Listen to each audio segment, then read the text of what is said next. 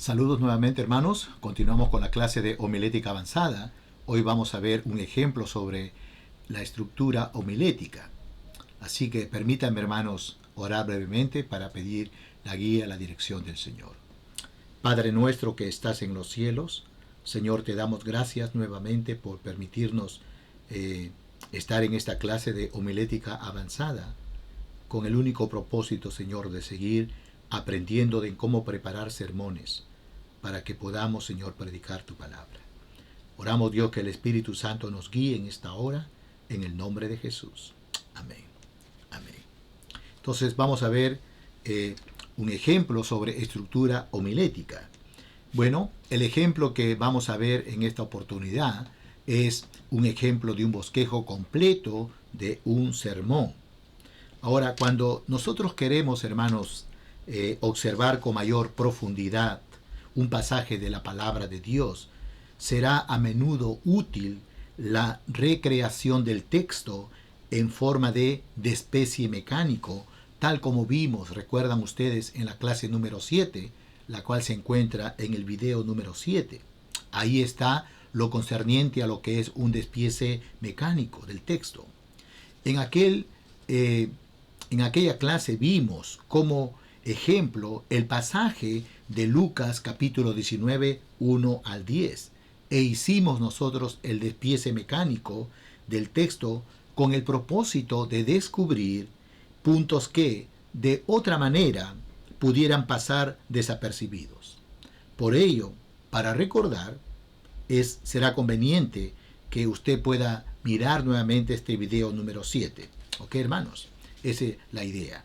Ahora, observemos en este ejemplo la brevedad de las afirmaciones y el uso de la indentación, es decir, la sangría o el espacio que corremos hacia la izquierda, ¿ya? Y voy a notar aquí entonces junto con ustedes este ejemplo en Lucas 19 del 1 al 10. El título lleva por nombre Ganado por Amor, y el texto ahí está, Lucas 19, 1 al 10. He colocado el tema, aunque no es necesario, pero para recordar, para tener en cuenta esto, ustedes seguramente se acordarán que cuando hicimos el despiece mecánico de este pasaje, vimos el tema, la salvación de Zaqueo, el que había estado perdido. Ese fue nuestro tema y continúo con ese mismo tema. Entonces, desarrollando lo que es el esquema de lo que es el formato de un bosquejo que nosotros podemos colocar allí los principios que estamos aprendiendo, vamos a empezar entonces con la introducción. ¿Ok, hermanos? Y aquí podemos nosotros, hablando respecto a lo que es este pasaje, colocar tres aspectos en la introducción. Por ejemplo, podemos comenzar de la siguiente manera. La Biblia describe la conversión de varias personas desesperadas, o si se quiere puede poner usted casos perdidos, por ejemplo, ¿no? En este caso podemos tocar como ejemplo la vida de María Magdalena, el endemoniado de Gadara, la mujer de Samaria, etcétera, etcétera. Ya uno podría empezar así la introducción del sermón. Y una probable razón para descripción, para alentarnos a nosotros acerca de la salvación de las personas desesperadas o, si se quiere, casos perdidos. Uno puede dar cierta descripción así. Y luego, después de citar ejemplos y dar una cierta descripción, podemos nosotros decir, Zaqueo era otra persona desesperada o un caso perdido, algo así.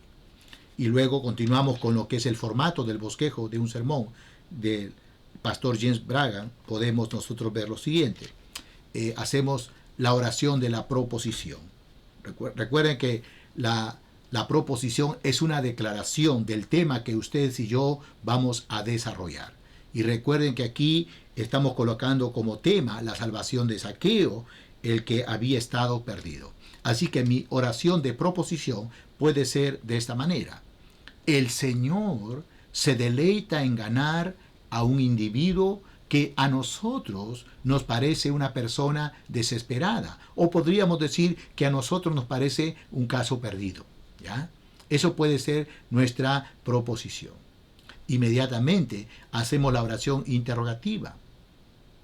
¿Cómo podemos ver por la narración acerca de Zaqueo que esto es cierto? O sea, que él era un caso perdido o una persona desesperada. Y luego hacemos la oración de transición.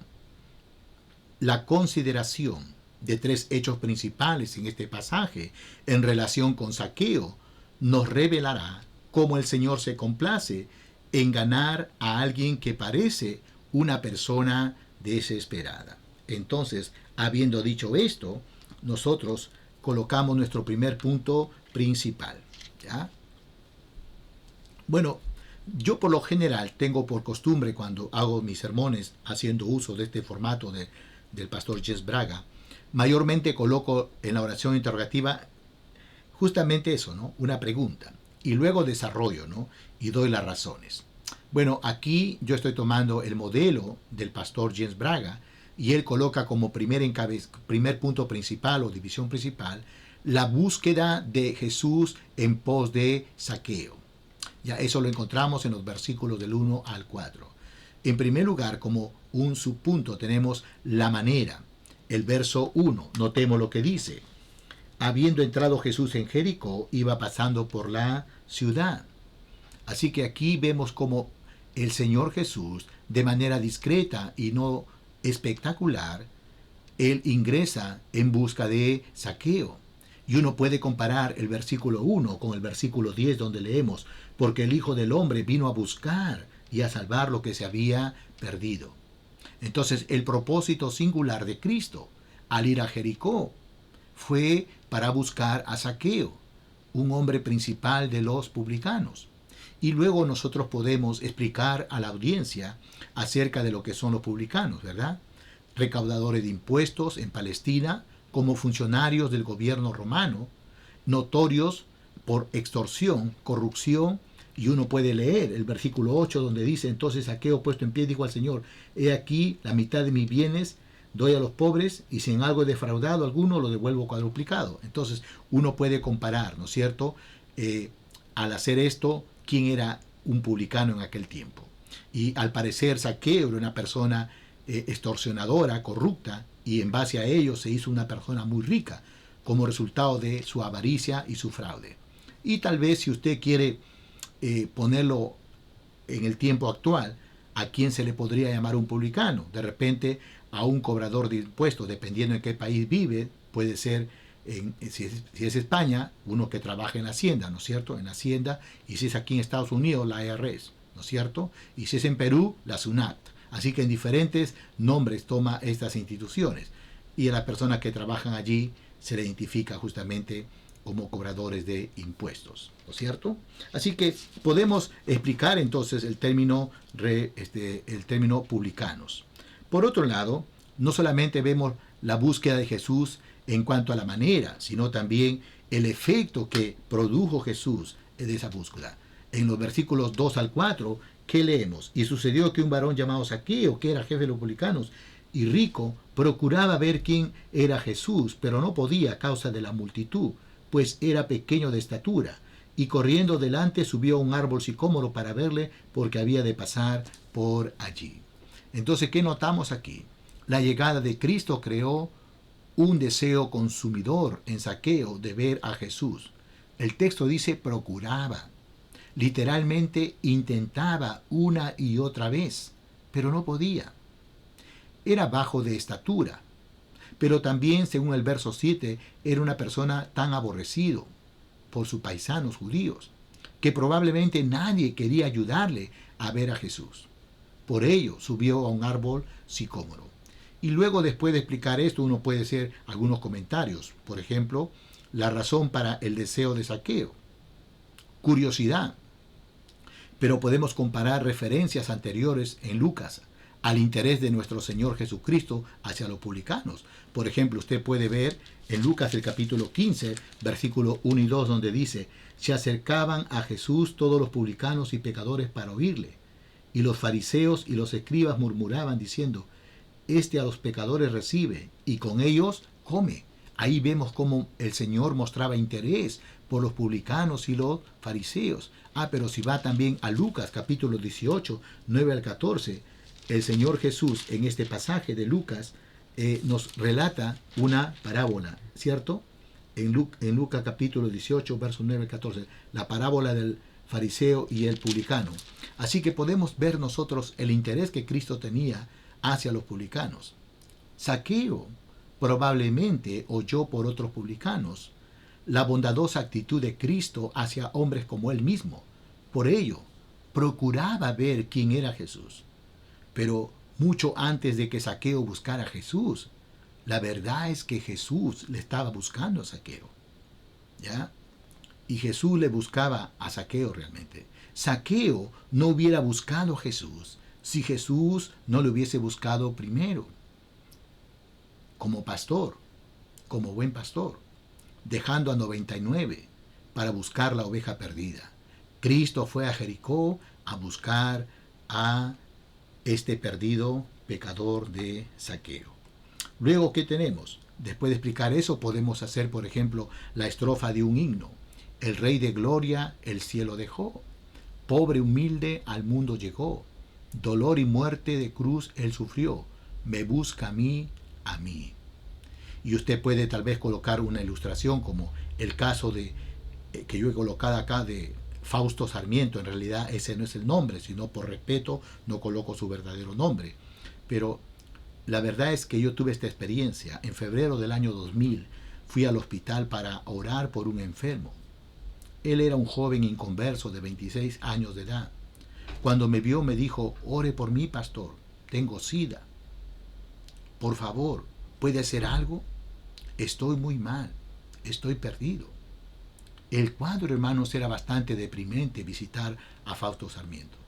Pero gracias a Dios que Él se manifestó en la vida de Fausto y recibió a Cristo y partió a Él en julio del mismo año. Pues el Hijo del Hombre vino a buscar y a salvar lo que se había perdido. En este caso, Fausto. ¿Ok? Así que uno puede hacer esto. Ahora, pero aquí viene una explicación. Pero si los perdidos han de ser ganados, nosotros como Cristo tenemos que ir tras ellos, uno tras otro. ¿Ok? Y luego, después de explicar esto, hacemos la transición.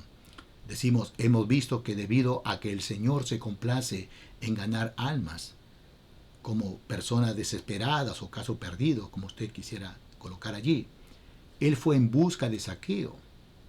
Pero la narración acerca de Zaqueo nos lleva a observar otro hecho significativo en relación con este hombre. Esto es, atrayendo a Zaqueo. Y por eso el segundo punto principal es trabar amistad con Zaqueo. Versículos 5 al 7. Y mire el versículo 5, la manera como el Señor atrae la vida de Zaqueo. Versículo 5. Cuando Jesús llegó a aquel lugar, mirando hacia arriba, le vio y le dijo, Zaqueo, date prisa, desciende porque hoy es necesario que pose yo en tu casa. Cristo se dirigió a Zaqueo por su nombre. Esto habrá sido bastante impactante para Zaqueo, que el Señor mencione su nombre, Zaqueo. Y se invitó a sí mismo el Señor a su casa. La razón, Zaqueo sin amigos. La multitud entera le consideraba un hombre de mala reputación. Versículo 7. El escritor griego Luciano clasificaba a los recaudadores de impuestos en aquel tiempo como personas adúlteros, alcahuetes, aduladores y parásitos de la sociedad. Eran términos muy fuertes. Así Cristo viene a decir, aunque todos te aborrezcan, quiero ser tu amigo, Zaqueo. Date prisa, Zaqueo. Esto sugiere el gran deseo de Cristo de venir a ser su amigo. ¿Ok? Ahora, esa fue la manera. Ahora, ¿cuál es el efecto de ello? Mira los versículos 6 y 7. Entonces él descendió a prisa y le recibió gozoso. Al ver esto, todos murmuraban diciendo que había entrado a posar con un hombre pecador. Al oír su propio nombre, Zaqueo, probablemente se dio cuenta de que, aunque Cristo lo sabía todo acerca de él, sin embargo, deseaba ser su amigo, y por ello se apresuró, recibiéndolo gozoso, abrumado de gozo por haber hallado un amigo. Así, el amor encontró el camino al corazón de Zaqueo. Los perdidos pueden ser ganados cuando, como Cristo, amamos a los no atractivos, los alcancemos con bondad, los ganemos abriéndonos a ellos, tal como Cristo lo hizo. Podemos ver aquí una ilustración. La salvación de un sargento por la bondad de un soldado raso cristiano. ¿Ok? Pero también podemos ver la sanidad o de la salvación de el general de Siria, recuerdan, Naamán, que fue sanado por Eliseo, si más no recuerdo, aquel hombre que tenía lepra, y la sirvienta que trabajaba en su casa le dijo acerca de este hombre, y él fue y se introdujo 7 veces por orden de Eliseo para que se introdujera 7 veces en las aguas del río Jordán, y su lepra le fue quitada, ¿recuerdan? Podría ser. Ahora, como transición podemos decir, hasta ahora hemos considerado 2 hechos importantes en estos versículos con relación a la salvación de esta persona desesperada o caso perdido. Pasemos a ver ahora un tercer hecho, y este es, como tercer punto, la salvación de Zaqueo, versículos 8 al 10.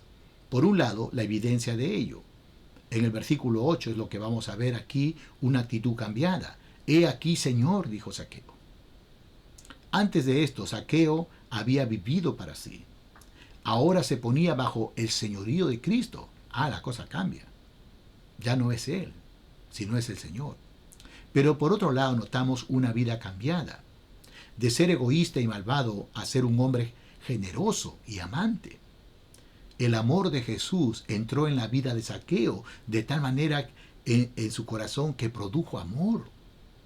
Y es eso lo que hace, ¿verdad? El amor de Dios en nuestros corazones. Produce amor. En primer lugar, en dar a otros. ¿Qué dice el texto? La mitad de mis bienes doy a los pobres. Ahora, la norma de Zaqueo para dar no fue un 10%, el diezmo, sino la mitad. Ahora, debemos notar lo siguiente. Él dice, doy. Tiempo presente se refiere, indicando una norma continua. Y en segundo lugar, cuando una persona, su corazón produce amor, no solamente se manifiesta en dar a otros, también hay un propósito de hacer restitución.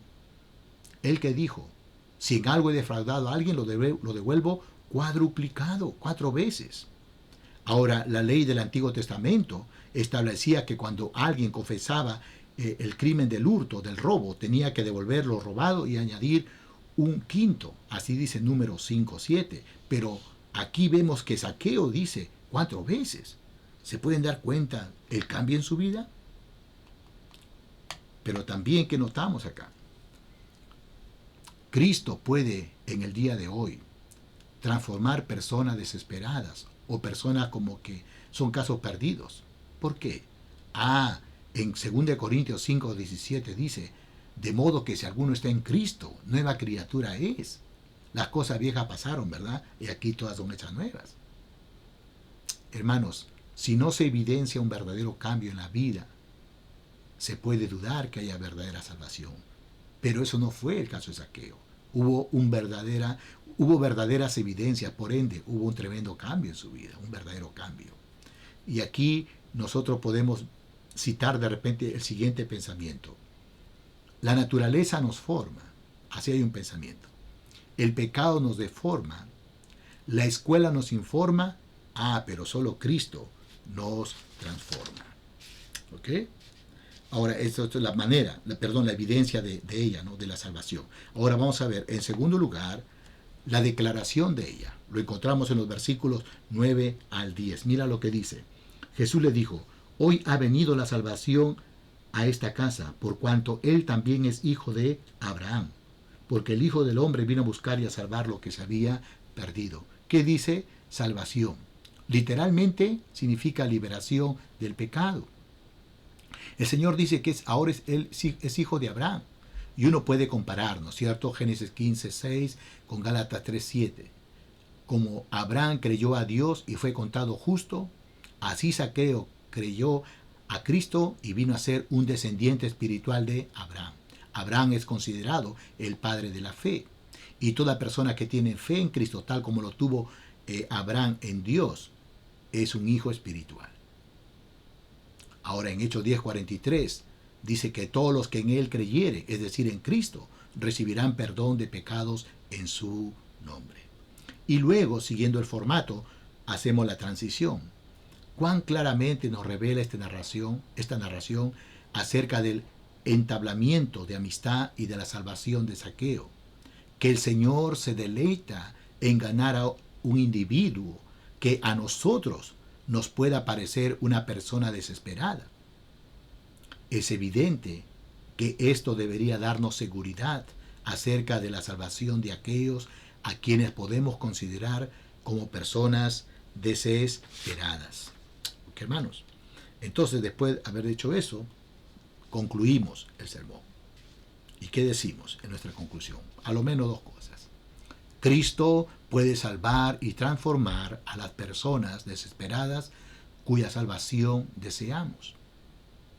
Y en segundo lugar, Cristo quiere usarnos como instrumentos para ganar a personas desesperadas o casos perdidos por la manifestación de su amor por medio de nosotros. Finalmente, quiero notar lo siguiente aquí.